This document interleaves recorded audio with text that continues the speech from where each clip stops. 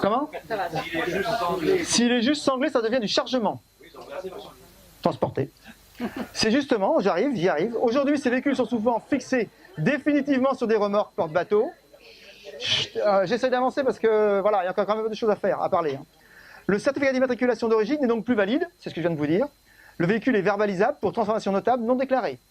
Les flics ont le droit de vous arrêter et de vous mettre un PV. Deux solutions. Soit la tiny house reste indissociable, il faut faire une RTI ou une RI pour changement de genre, RESP, et puis une carrosserie caravane ou non-spec, c'est pas un problème. Soit la tiny house peut se désolidariser rapidement, et alors c'est du chargement. Désolidariser rapidement, ça veut dire par exemple des twists. Alors voilà, j'y arrive.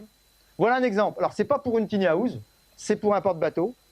Voilà un berre qui est fixé directement, qui se fixe directement par des fixations vraiment solides sur la remorque ici, qui est homologué par un carrossier local qui est même pas bien loin, tout à fait légalement.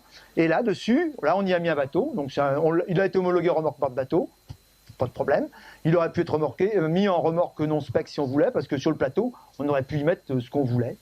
Donc là, à la place du bateau, vous lui mettez la tiny house, et il n'y a plus de problème.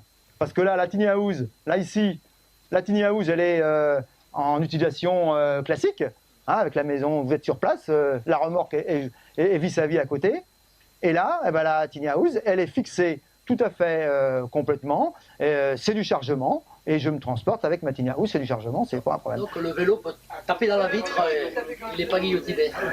Monsieur, quand vous allez chez Leroy Merlin, vous allez acheter une vitre, quand vous faites et que vous la mettez dans votre remorque, c'est pareil. Bon, c'est du chargement.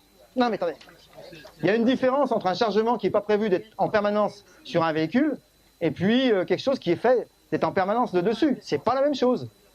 Et là, top de fixer avec des boulons sur nos benne arrière. Je vais venir après. Autre chose, j'ai terminé avec les tiny houses. Camping-car poids lourd.